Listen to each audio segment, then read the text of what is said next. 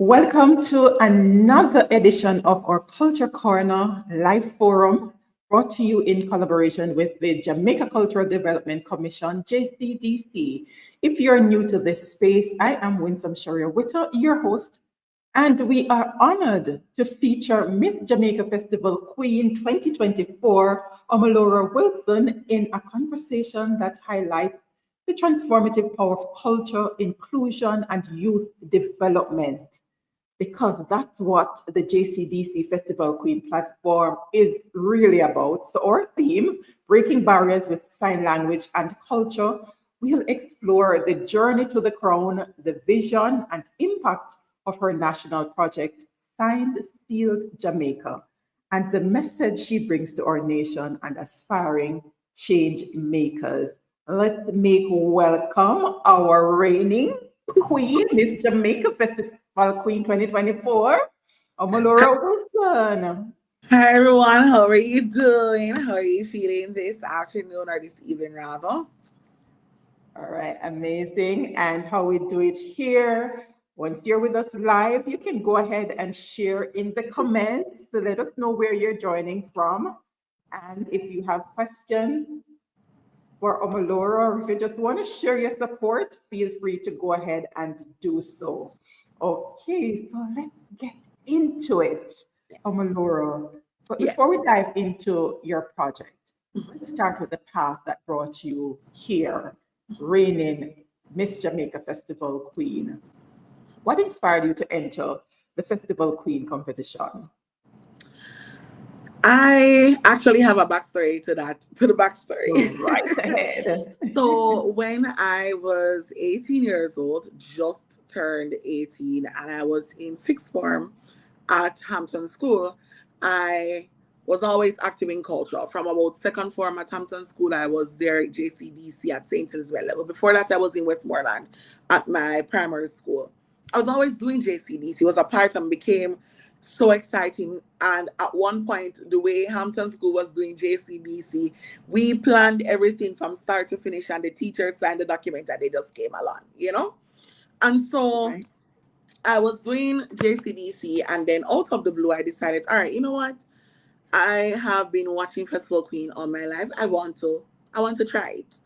And I entered in 2018 with the mindset, or 2019 rather, with the mindset that I knew it all. I was head girl for Hampton School. I was exposed to the world and all that was there about culture, and I was ready to do it. And I didn't win. I didn't win fight at all. I came first on the ups. I won't say that I didn't do well, but I didn't win. And in that moment, I questioned myself so much because that was my first time ever losing a pageant. I was a pageant girl, as big as I am. And I'm a very big girl. From as long as I've known myself, I've been a plus size girl. But I've always had an interest in pageants. I've always done pageants. And I've always done well. And so here am I doing my pageant. And this was my first loss at something in life that I considered to be major for me. And to be honest, it broke me. Because this is my first understanding that you can't win it all in life. But what it did, in addition to breaking me to get understanding that you're not always going to win in life, was also that because you lost doesn't mean that all is done. You can pivot and you can do well.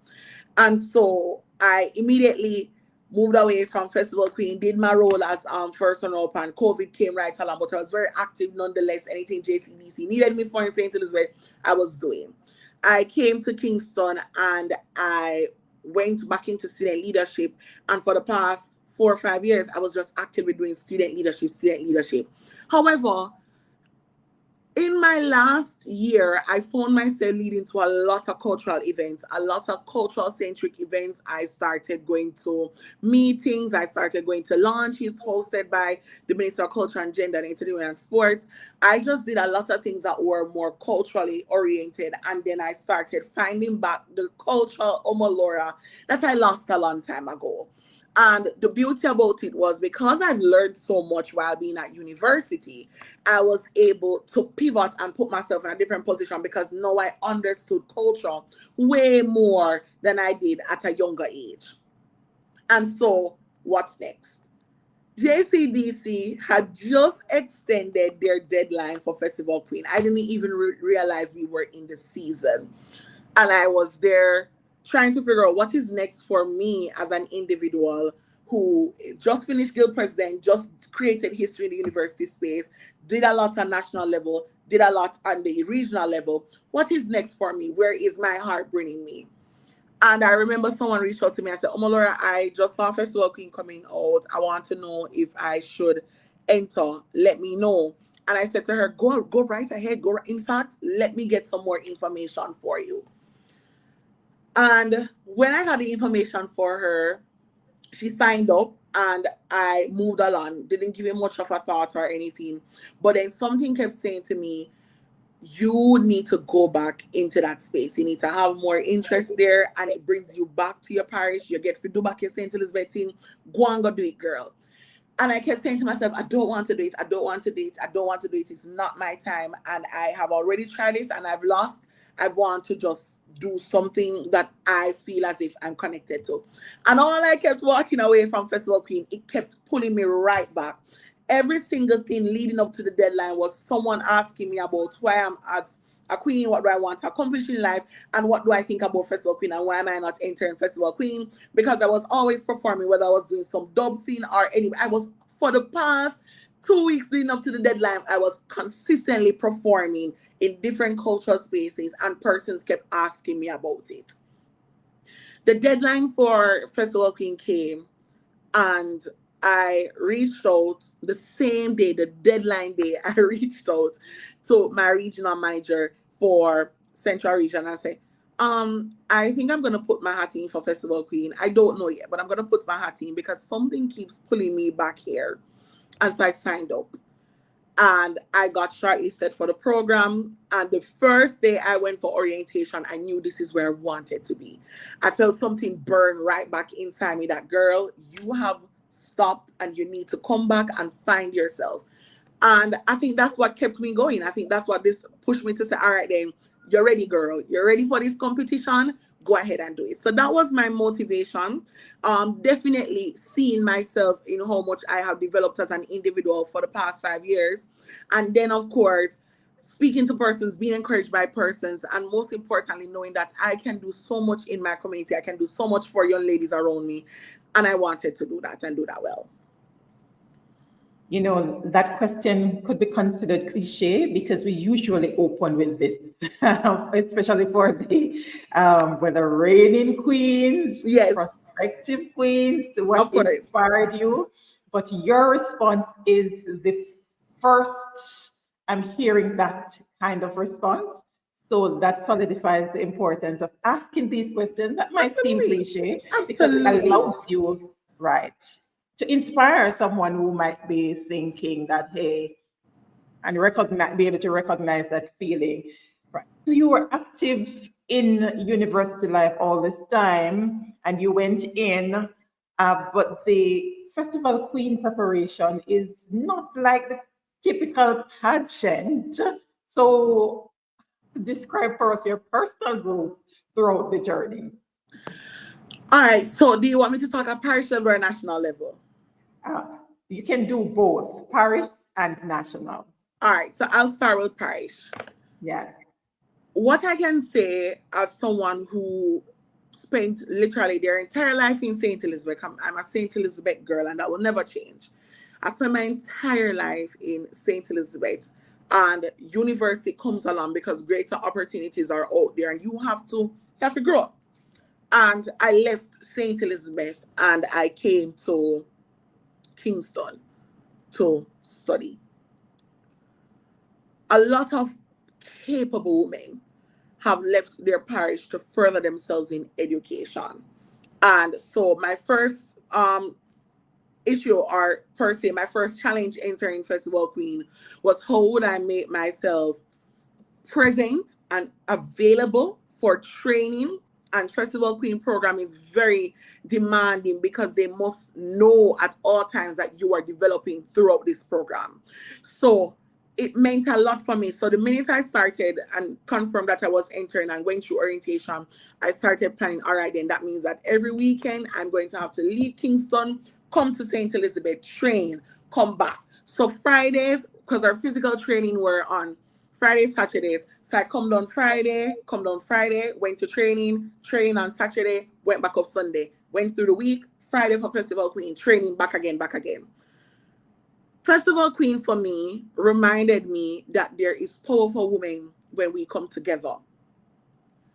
Because I realized that I could not do it alone. And I realized that none of the women in the competition could have done it alone. Not one of us, whether parish or national. You needed support from the sisterhood that is created within this program.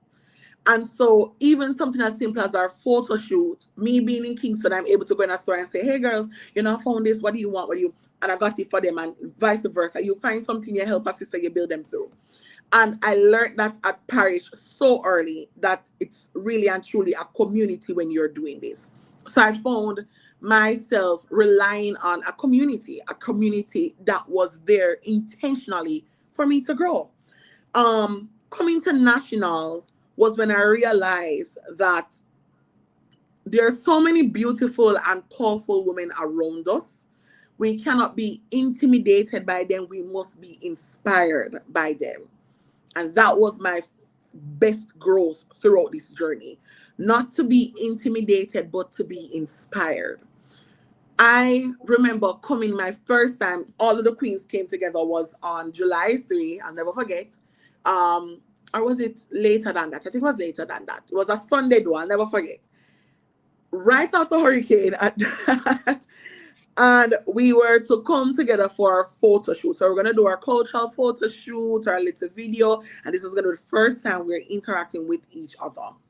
You are in a room with 12 other queens, 12 other women, specially selected across all the parishes in Jamaica, and you're in a room with them. Women you have watched compete, because the girls are now tuning in on YouTube every Saturday, every Sunday to see which next queen is coming to nationals. Women you've seen compete, women you've seen in their own spaces growing and developing, and you are there as well. It becomes a room full of superstars, and you will immediately at some point might feel a little bit inferior. I felt that way coming in. I felt as if I'm at the wrong place. This is not, I'm going to lose. I don't even have an interest anymore. I'm stressed out. That was me my first day looking at these women. I was so stressed out. But these women immediately opened up a hand of help out of nowhere. We don't know each other. We all don't know each other. Some of us know each other, but you don't know everybody. Girls were helping girls to get ready. Girls were fixing girls' makeup. Girls were telling each other, I love how you answer your question. I love how you do your talent piece. Oh my God, you see this dress you have on? So beautiful. And immediately I moved from feeling inferior and intimidated, and I felt inspired, because I know that any space I'm going in with these women, we're going to shine. That was my fullest growth throughout this competition, knowing that there's power in sisterhood and there's support in sisterhood as well.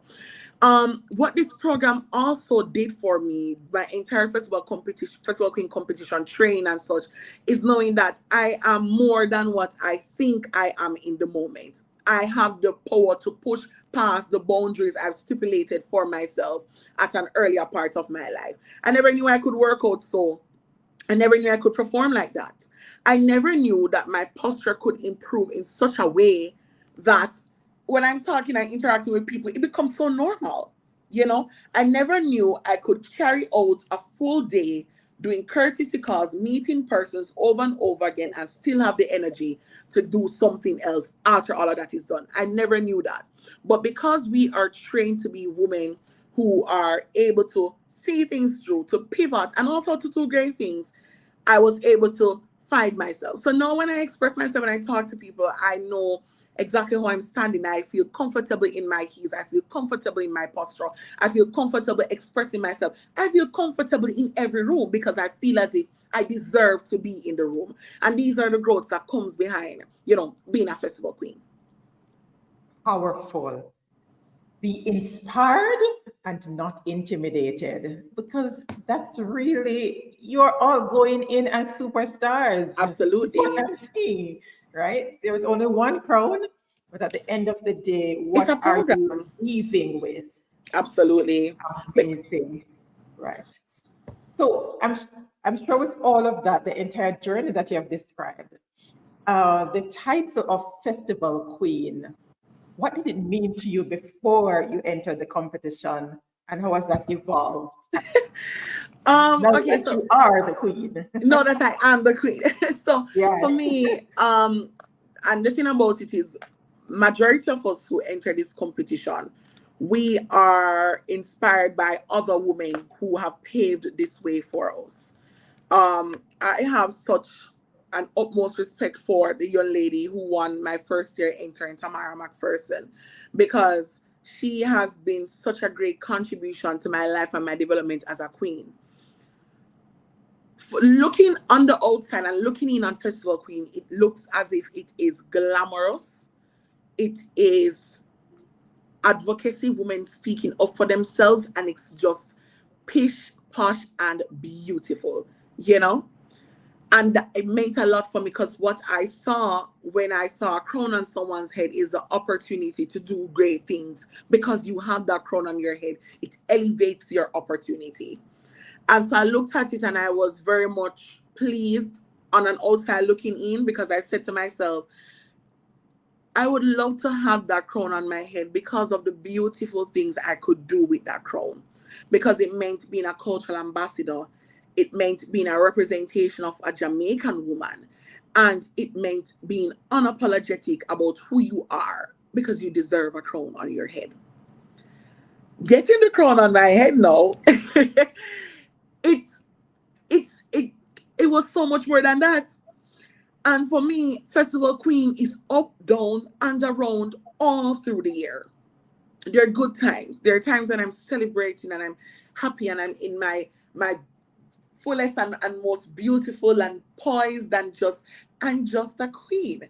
There are times when I have to, as a queen, be a sister to women who are out there struggling, especially when we see all the issues that are happening recently in Jamaica, all the violence against women. You stand as a beacon of hope, because many of these persons look up to you to provide a voice and also to provide a solace, because you're standing up for women.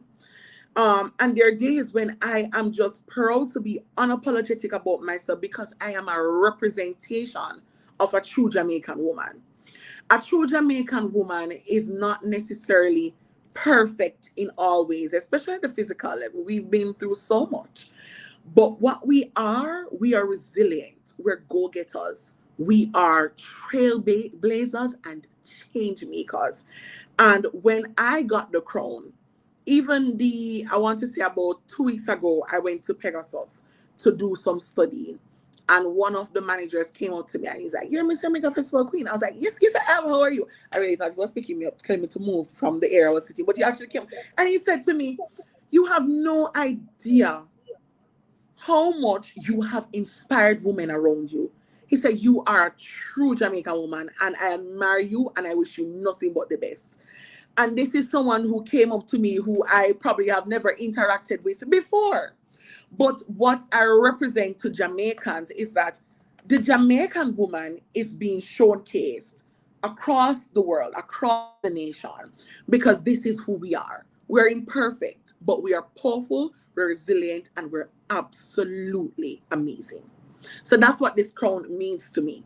Being the true Jamaican woman that I ought to be, and the true Jamaican woman I'm destined for. Amazing, right? And uneasy. The head that wears the crown, is that how the saying goes? Heavy is the head Because that wears the crown. okay, because with the crown, you are expected to make an impact through your national project. Mhm. So your project, signed, sealed Jamaica, has Yes. captured the attention of many, particularly because of its focus on sign language and culture. When we hear sign language, we think inclusivity. So let's delve into the heart of this initiative. Yes. What inspired the name Signed, Sealed Jamaica? Okay. And So what issues were you seeking to address? Okay, great. I love this question so much. I remember when I was speaking to Phoebe, and Phoebe is one of the interpreters who were present at my launch, and she said, um, what does sign seal mean? Like she's like, I needed to explain it. And I says, Phoebe, hear me out. I want the play on sign language, and I want the play on when people say me sign seal, like stamp and done, finish, etc. And for me, I wanted to look at sign language being adjusted, included, and certified, lodged in Jamaican culture, and then, of course, becoming a part of who we are. And I wanted to play on sign because one of the things I love to say anytime people talk to me and I want to get I say sign, seal, deliver. That's it. And I move on. So when I thought about my project, and I want to give some backstory on my project, because my project was really actually something that I was inspired by. One, when I was guild president, I realized that the university space is way more diverse than I think it was starting out, than I thought it was when I started off. There were students here from all different types of life, all different types of personalities, all different types of characteristics. And there was one lady who was on my guild, Zante. I think she is in Festival Queen right now. Zante was one of the persons who came to us and said, hey, I'd love for the guild to be a little bit more inclusive when it comes on to the deaf community, because it is something that we can do very easily. It's something we can do. We can easily include all persons in the way we communicate, especially because of the university that we are. And I was like, okay, Zante, talk to me, girl. You're talking and I want to hear it. And Zante would have introduced the guild in that time to what inclusivity was, especially from the deaf community's perspective. And in the close to the summer, I was home in St. Elizabeth. I was at the supermarket actually, and there is hearing impaired child in our community, seeing him all the time, everything, and he's there with his mother, and they're having a conversation. They're literally having a conversation through sign language. It was after school, so the other children were there, and their reaction to seeing it was not a pleasant one. And everything came back to me, and I was like, there must be something we can do. There has to be something where we can do, where this is just not strange to anybody, And one of the issues we have when you come on to comparison between urban and rural Jamaica is what is considered normal here in urban Jamaica. It's not necessarily the case in rural Jamaica at all. And so when in urban Jamaica, Kingston area, in Montego Bay, St. Andrew, etc., where you can see these things and you can immediately make the connection that this person is hearing impaired or probably deaf, and this is their way of communicating through sign language. In my community, that's not the case. That was not the case at all. And so I said, you know what? I want to do something about it. And I think it was leading right up to the Festival Queen time. And so I said, yeah, I'm definitely going to do something about it. I'm going to do it through my community project.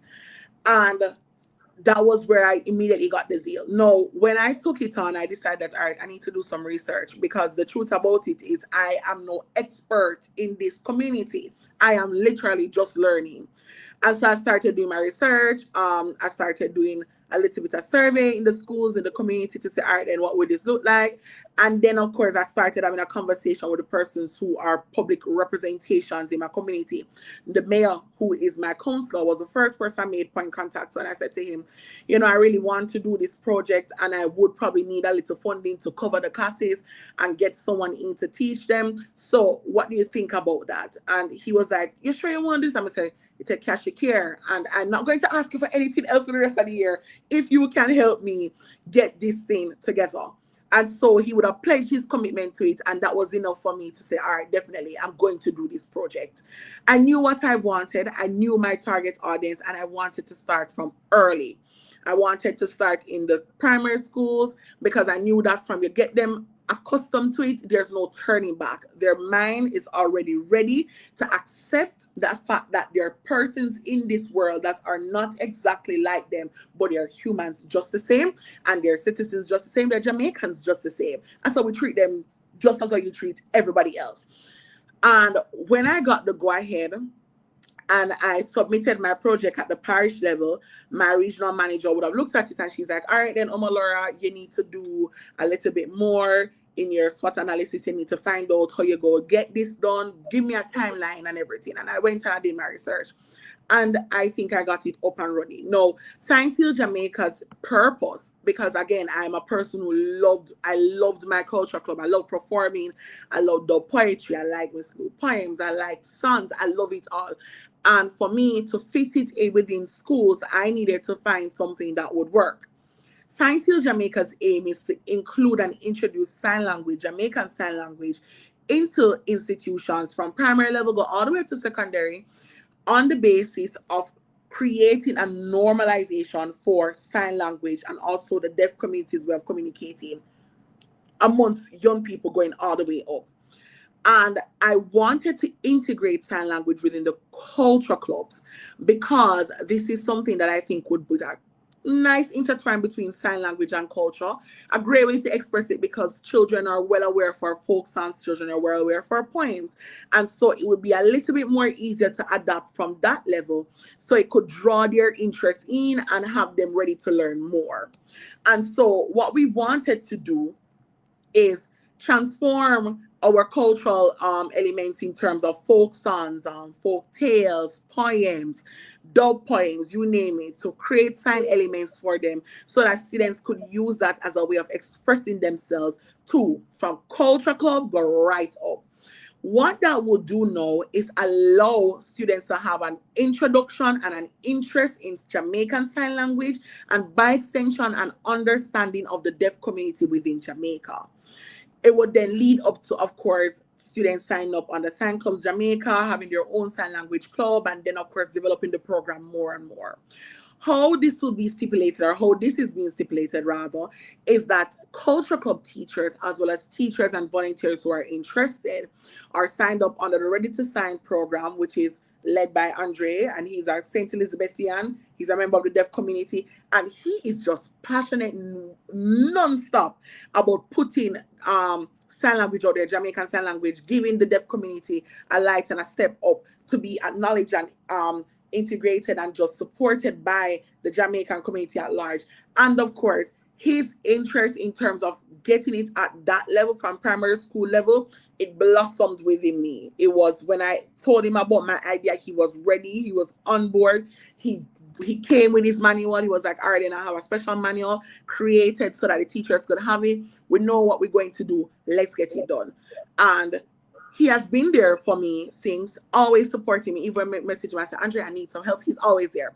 So the connection is Ready to Sign. We'll prepare the teachers through their classes and, of course, our certification program, assist and provide the interpretation, the sign language communication for the different folk songs so that teachers can go forward and teach their students. When the students have been accustomed to sign language, they've learned it, they're using their cultural terms, and of course they have garnered a full interest, we would then of course create a sign language club, register them on the Sign Clubs Jamaica, and we allow it to continue and continue and continue. What we want to do at this point, or what we have done, because this has happened recently, we want to expand it from just happening in the schools to happening in the churches as well. So we'll reach out to some of the churches who are willing to, give us some of the Bible study lessons that they want us to transform into sign language or interpret it into sign language. And then, of course, they teach their students who come for Sunday school or Sabbath school.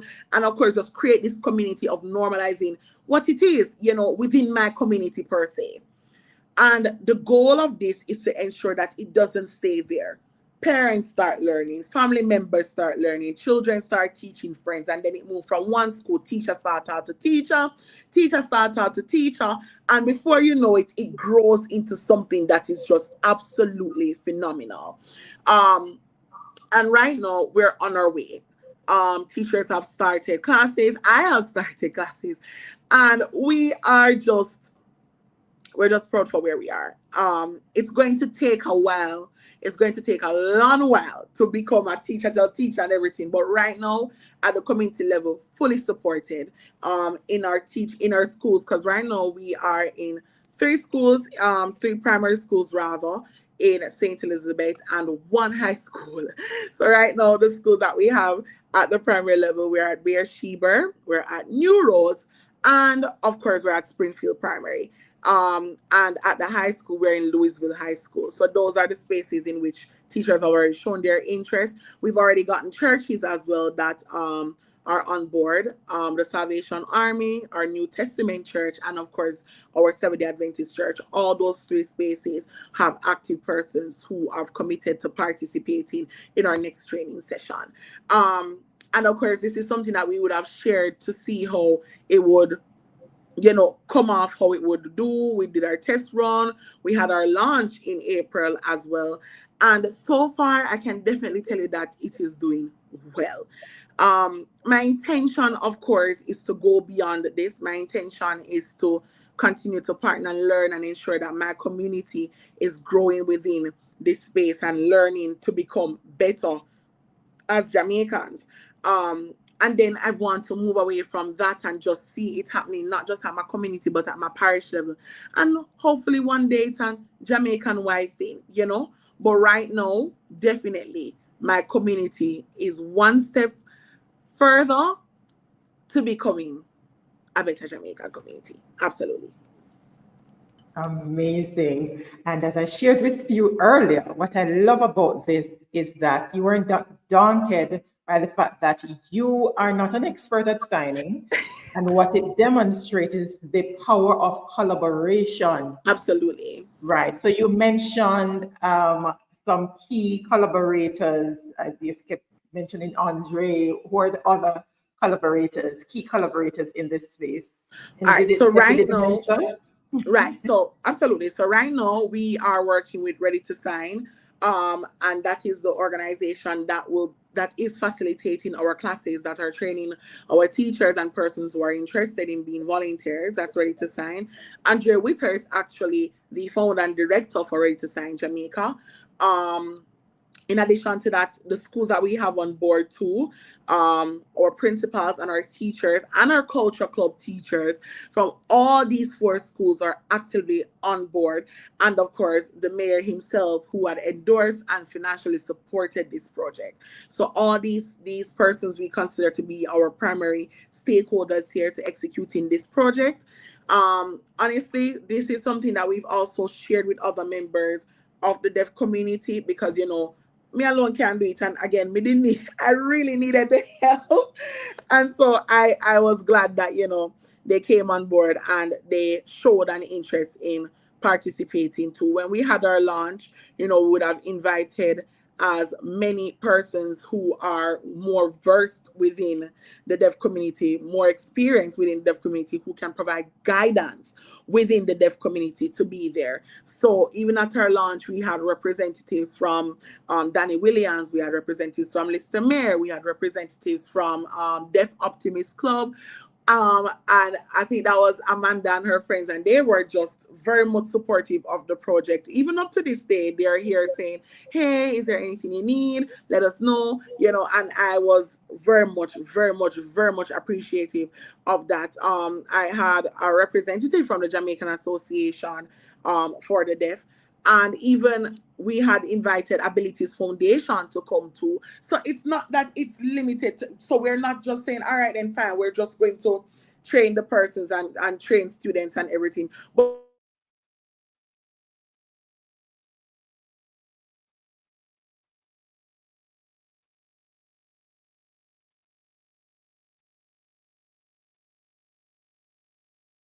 all right. I trust that we get back. All right, you're back. Okay, you're great. Right. Sorry about that. So this project, I truly needed guidance on it, and I was so grateful when I had conversations and I was provided with guidance. Right.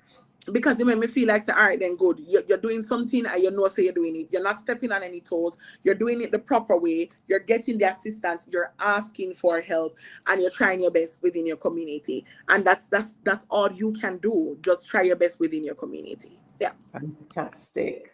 Talk about leadership.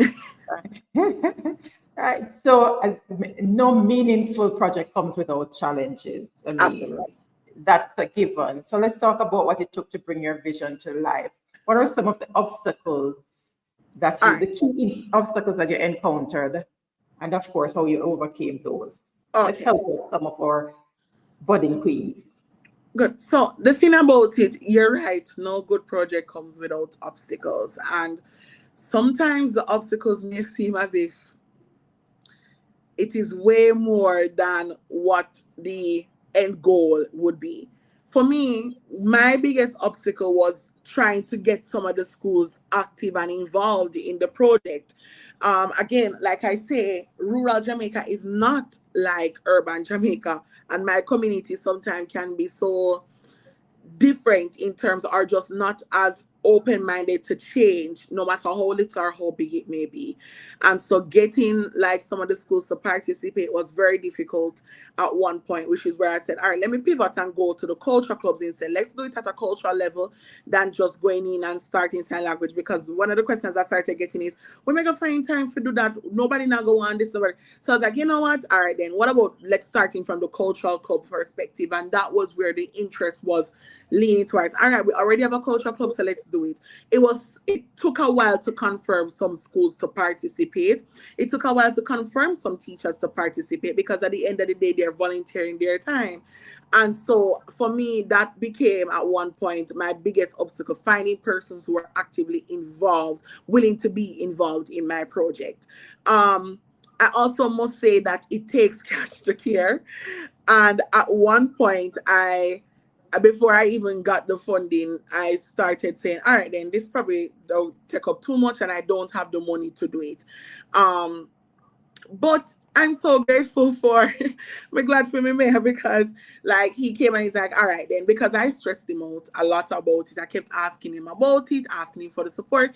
And of course, you start asking other persons for support, and they came out in their numbers. So getting financial support was definitely a big obstacle for me. And again, it really takes cash to care.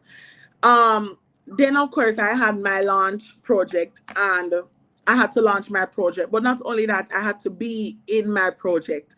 And again, I'm studying here at the University of the West Indies.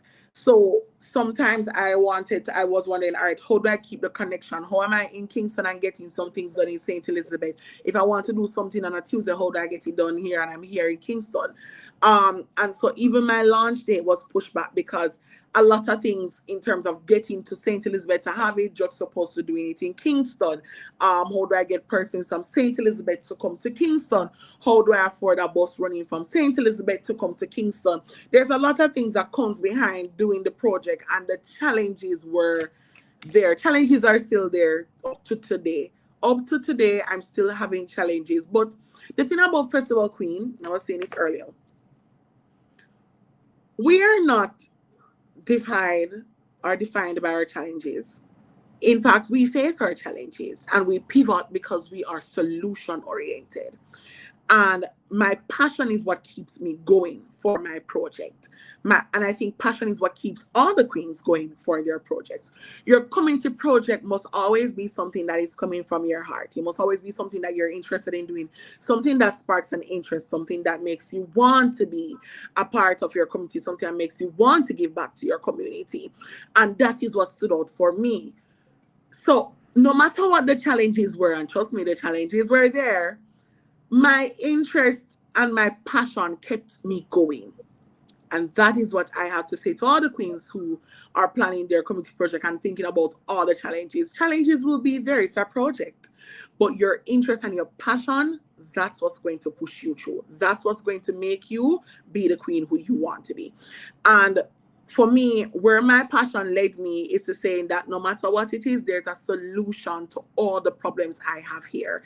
And a plan A is not working out to perfection. I'm pivoting because my end goal will not change. And so I say this because I know that right now the queens are working on their community project. The women who are aspiring to become next parish queen, and of course the next Jamaica Festival queen, is working on their project, perfecting their project. Trust me, believe me when I say this to you, that your passion will always overcome all the obstacles, all the challenges. You will triumph because this is something that you want to do. This is something you're passionate about, and this is your calling as a contributor to your community. Yes. Well said, and powerfully said, spoken like a true Jamaican queen. But in the midst of all those challenges, was Yes. there a specific moment during the project where you felt truly moved, or you just felt this affirmation that you were doing the right thing, or it's going to happen in spite of Honestly, what was happening? you want to know that the when I knew I was doing something was actually at the launch, the actual launch event of the project was when I knew that, Ah, okay, Omolora, you got this. You're doing it and you're doing it right. The support there was phenomenal. wow. And it wasn't just the support, it was the mutual understanding amongst me and all the stakeholders and amongst everybody in the room. This mutual understanding that we're all here to learn. Some of us are going to be teaching, some of us are going to be learning, but in the long run, we're all here to learn. And my opportunity to have a conversation with persons who were either from the schools, the different schools, or even stakeholders from different organizations. And I saw that they were very much invested and interested in the project. After the launch, I had a whole time standing, having conversations, moving around, chit chatting, and everything. And I was there and I was like, oh my God, people are really and truly invested in this. And what I saw happening was students from Danny Williams and students from Lister Mayer conversing with students from Beersheba and students from New Roads. And, you know, the interpreter was there, the teachers were there, and there was a true connection happening in that space. And I was at peace. I was ready. I felt the move within me that I'm going to do this and I'm going to do this right. I'm talking and my eyes start up, my eyes are welling up because I'm thinking about it. And when the funny thing is, when you're at a launch, people are, pictures are taken everywhere.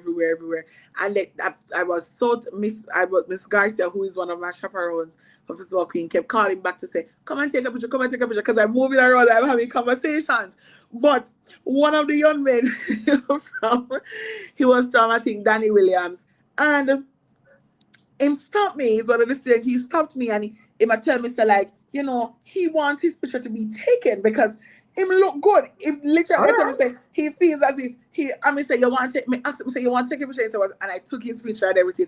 And after we took a picture and we're looking at the picture, we literally stood there and had a conversation with the interpreter was there. And we have a conversation. He asked my name. I asked him his name. He asked me about my crown. I told him about my crown. I told him where I got my crown from and everything. Of course, he told me that, he asked if all the girls in the competition were as plump as me, and I explained, no, all the girls in the competition was not as plump as me and everything. And I looked at it and I was saying, well, one day there will be a day when I won't need an interpreter to have this conversation. And these are the things I can't wait to see happen for myself and also for members of my community. So definitely, I think one of the times when I really felt butterflies in my stomach, and I was like, all right, was definitely when I was looking at the students from the two different walks of life, having actual conversation and interacting with each other, completely not a thing different, regular day for all of them. And that's what we want in my community. And of course, by far, Jamaica. Wow. Now I feel inspired to go and learn because I'm just thinking now all those really rich conversations that I'm missing out on because I'm not able to sign. Exactly. So we want to have to get it out there. We have to get it out there. And again, children are curious. Yes. Children are curious. And there's a reason I'm doing it with children, because children are curious. And once they are introduced to something new, as it may be, but they're introduced to it and they have seen the connection and the importance for it, their curiosity grows. Yes. And if we nurture that curiosity, pretty soon everybody in Jamaica will be a regular degla. We're all Jamaican citizens here. And that's what I want. It's not just about members of the deaf community being in spaces, because they're in spaces and they're doing absolutely phenomenal in spaces. But I want, as Jamaicans, when we see others in spaces, that we acknowledge them, we are inspired by them, and we allow them to be just as easygoing, just as simple going, just as Jamaican as we are. And that's what we want. We want to normalize and include everyone from different walks of life. And, I may look at here, I am wanting to do my part, but there's somebody else out there who's probably looking out for those who are visually impaired. There's somebody who's looking out for those with physical disabilities. It's across the board. It's not so one cook go full this basket, but the basket have to full. That's just the truth. So we just play our part, no matter who you are, no matter where you are, no matter what you're doing. There's so many different things. I have a sister queen who is focusing on autism within Jamaica, and of course, including persons who are there on the spectrum. And I remember when she explained our project and where her project is coming from. And it's a personal one.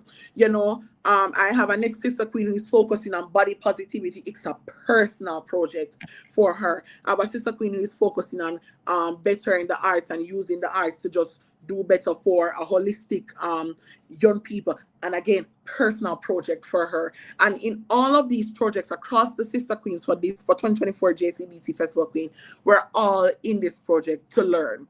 So not only are we playing our part in society, we are learn about ourselves, learn about our roles, learn about how much we can play as nation builders. Fantastic. And there is a space for each of us. Absolutely. Because with hearts and hands united, as all God's children should. What a beautiful Jamaica is shaping up to be. Right, for those who are still with us live, if you have questions for Omolora, feel free to ask in the comments. If you feel inspired, if there's something that stood out for you, feel free to share. All right, at this time, let's share the JCDC Festival Queen 2025 Parish Coronation date.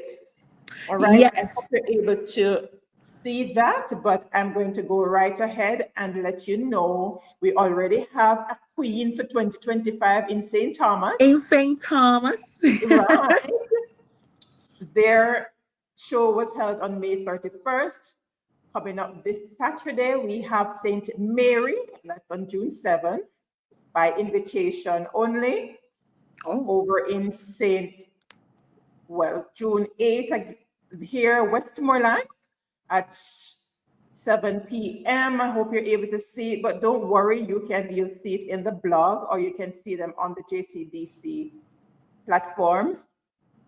June 14th, we have Clarendon and Hanover. Both shows start at 8 p.m. Clarendon by invitation. Over in Manchester, June 15th, that's a Sunday. Then we move over to St. Elizabeth and Trelawney on June 21st. Yes. Then we move over to St. Anne and St. Catherine on June 22nd. June 28th, we have two more shows, Portland and Kingston and St. Andrew. Close out on June 29th with St. James. Yes. So that's the lineup. We will have this in the blog recap that comes out on Monday. God willing. So look out for that. It's also across the JCDC social media platforms and on their website. So you can't miss that. So in your parish, go out and support the ladies. Absolutely. And I'm sure something will be live streaming, so you can catch it there. All right. Let me just say too about that part that you said, go out and support the ladies. Yes. Yes, please. Yes, please. Because what you get as a member of your parish or as a citizen in your parish, you get the first-hand experience to see what your parish is sending out, the creme de la creme of your parish. And of course, you bring your daughters out there so they can be inspired one day to be on the stage. We want when we have these events, especially at the JCDC, when you have something like Festival of Queen competition, full up the space, full it up. Come and watch. It's free. you know. So come and watch and be entertained, be engaged, and look at the talent, look at the beautiful, exquisite individuals who are out here vying to represent your parish. Become inspired by these women to also find other women in the community to say, listen, this should be you on the stage next year. So come out, man, come and support it. Last week I saw St. Thomas and I was like, oh my God, there's a new queen for St. Thomas, which means that time is winding down. But while that's happening, I'm actively looking for women to say, all right, then these are women that I know can enter next year. So come out and support. Absolutely. Thank you. And speaking of inspiration, now it's time for you to pour into our young women. Yes. So, what's your message to those young women who aspire to enter the Festival Queen program, as you're encouraging now, as well as our 2025 Festival Queens? Okay, great. JCDC Festival Queen competition is a program. There is a crown there that every girl wants to wear. But if you don't get an opportunity to wear the crown, you will 100% come out of this program better than how you went in. And so, if you're looking to mold and better and perfect yourself, your art, the way you express yourself, the woman who you want to be, if you want to be in a space where you're inspired by other women, if you want to be in a space where your best is celebrated and acknowledged, enter Miss Jamaica Festival Queen. For the women who are in the competition and vying to become Miss Jamaica Festival Queen 2025, you are in the right space. Again, you do not become intimidated in that space. You become inspired in that space.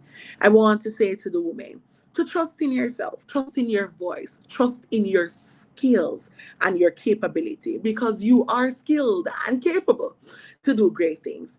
I want you to, while you're in this program, invest in your community. Learn a little bit more about your community. Learn a little bit more about your parish. Learn a little bit more about your country. Because again, it is a program that develops and produces women of excellence. And the mere fact that you were shortlisted means that you deserve every opportunity to wear a crown. Don't be discouraged by anything. Be motivated to do great things. I want to say to women who are in this competition to embrace yourself. Be unapologetic about who you are, how you look, how you speak, how you walk, you dance, you talk, how you express yourself. You are a Jamaican woman. You are a replica of what a strong Jamaican woman is. And so, don't doubt yourself here. You're one step in already. Win or learn, because we don't lose in this program, we learn. Win or learn, you are indeed a Jamaican queen. So no worries about it. Be be a sponge. Suck up everything them gear, every opportunity, every courtesy call, everything that JCDC creates for you is an opportunity to grow. Take it from someone who has been in so many spaces since my reign, who has gotten the opportunity to meet so many people, who have gone to many schools, many churches, many functions, who have spoken on many platforms, including this one. This is a space of growth. So acknowledge it, learn from it, embrace it, and grow. Yeah, those are my words. All right. And I won't let you off because we need to pour into the ladies that in terms of their projects. Yes, Yes. Speak to the contestants, about whether it. they get a crown or not. All right. Speak to the ladies. Okay, great. I want to use the opportunity to bring reference to Jamaica Johnson. She is Miss Kingston and St. Andrew Festival Queen 2024 first runner up. Jamaica did not win. She was first runner up. Jamaica is doing her community project now, and she's well invested in it. Let me tell you something. When you come into Miss Jamaica Festival Queen competition with a community project, the community project should be executed whether you win or not. Why? Because your community project serves as a pledge to develop your community, your personal pledge to your community. This is a charge that you have set upon yourself to give back to your community. And so you want to do it regardless of circumstances, regardless of if there's a crown on your head, regardless of if you've won any money whatsoever, you want to do it. Why? Because it's your pledge to your community. So I want you to treat your community project that you are proposing to the judges in your pre-judging, and of course to Jamaica. I want you to treat your community project as a personal contribution to your community. I want you to be motivated by your project. I want you to be invested in your project. Do not be deterred by the fact that it takes cash to care, because it does.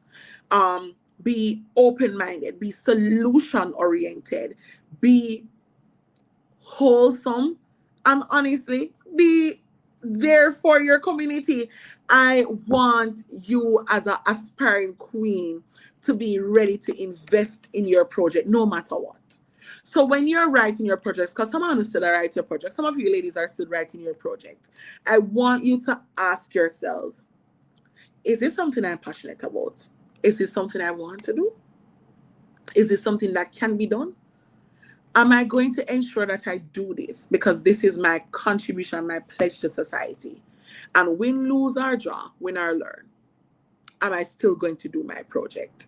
Ask yourself these questions, because at the end of the day, all these answers should be yes. Yes, I'm still going to do my project. Yes, this is something I'm passionate about. Yes, this is something I want to see come to reality. And you take that and you use that as your motivator to let it go. Don't worry yourself. It's going to be, there's going to be ups and downs doing a project. No project is easy. None is easy to execute. But you know what keeps you going?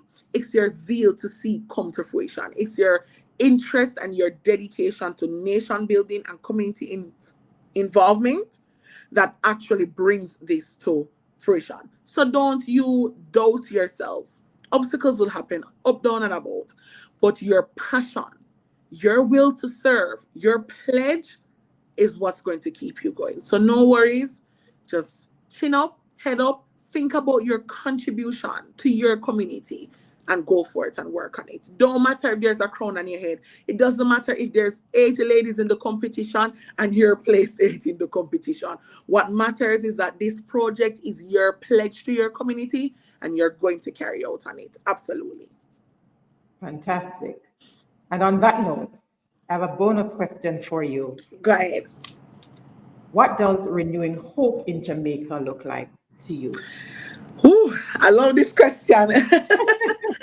All right. So renewing hope in Jamaica for me has a lot to do with our human resources per se, who we are as a people, and of course the role we intend to play. Renewing hope in Jamaica means that my Jamaicans are looking forward to seeing a Jamaica that is safe and better for everyone. Renewing hope in Jamaica means that we are playing our parts, whether at the community level, at the national level, at the local level, at the regional level, we're playing our part. Renewing hope in Jamaica means that we are going back to becoming our brothers and sisters keepers. Renewing hope in Jamaica means that we are going back to acknowledging, embracing, and reflecting what Jamaican pride and Jamaican culture is.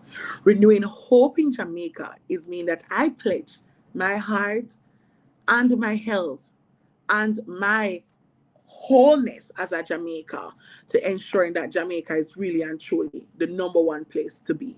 Renewing hope in Jamaica means that it's not just Vision 2030, but Vision 2030 and beyond. That's what renewing hope in Jamaica means to me.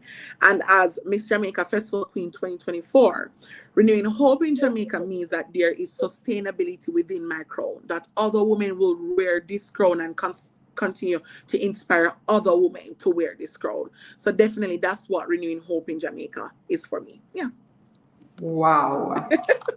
Ladies and gentlemen, boys and girls, there you have it, another inspiring culture corner brought to you in partnership with the Jamaica Cultural Development Commission and Amalora Wilson. Miss Jamaica Festival Queen 2024. Thank you so much for sharing your journey, powerful journey, Thank you, powerful ma'am. work that you're doing, inspiring work that you're doing through Science Sealed Delivered. Yeah, I knew I would say that at some point. So the project is Science Sealed Jamaica. Jamaica. But after what you've heard, it's signed, sealed, and delivered because I am trusting that for those of you who are watching this, whether live or the replay, and for those who are on, please go ahead and watch the replay, share with others so they too can see these different initiatives. We have shared a number of those projects in this space. Yes. There's an entire playlist for Culture Corner, so you can look out for those for the Festival Queens and reach out if you feel inspired to actually support some of these initiatives. Yes. As Amalora's indicated, this is going to be ongoing. We're talking about building a legacy through impact in your community and beyond. Absolutely. So you have been reminded, well, you have reminded us, Amalora, Yes. that culture, when led with purpose, can break barriers and unite hearts. So to our viewers, thank you again. And remember to join the movement of building a more inclusive, hopeful, and culturally rich Jamaica, a Jamaica that we can all feel proud to be citizens of and to step out bold.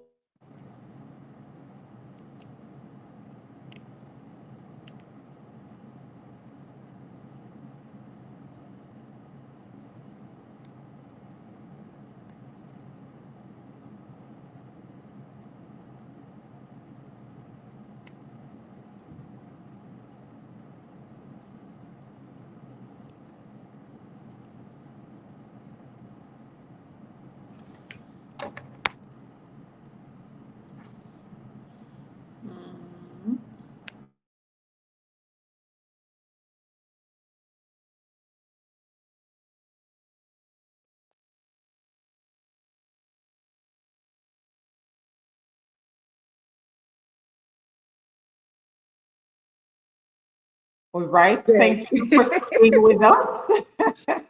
We had one of those connectivity moments there. So I was inviting you to continue to follow Serenity Resource Connector. If you're not yet subscribed, please go ahead and subscribe and share the links so others can benefit. And stay tuned for more stories and spaces like these. We do this every Thursday at 8 p.m., looking at different aspects of Jamaica. Next Tuesday, we have our Youth Empowerment Forum that's coming up with the National Police Youth Council. And be sure to follow JCDC for upcoming events and amazing highlights. I mean, JCDC is getting really amazing with those reels. Fantastic work that's been done there as we continue to build. Fantastic. You need to show me how to do that, Omolora. I don't know. I think I just put a thumbs up and it appeared out. I was wondering what amazing. That looks absolutely amazing. Thank you again. Thank you so much for having me. And for those who were trying to join us on Instagram, I'm not sure what's happening there, but the feed didn't go out there. Facebook, the live will remain there. I think they give 30 days now, but it will remain on YouTube. So you can always feel free to come here and stay tuned. So again, thank you all for tuning in. I am Winsome, and it's always a pleasure serving you. Have a fantastic rest of the night. Good night, everyone. SRC Culture Corner Live Forum is brought to you on first Thursdays at 8 p.m. in partnership with the Jamaica Cultural Development Commission, JCDC. Visit our website at www.serenityresourceconnector.com and subscribe to receive our weekly blog post. Join us again on Tuesday at 8 p.m. for our Youth Empowerment Live Forum. Thank you for watching.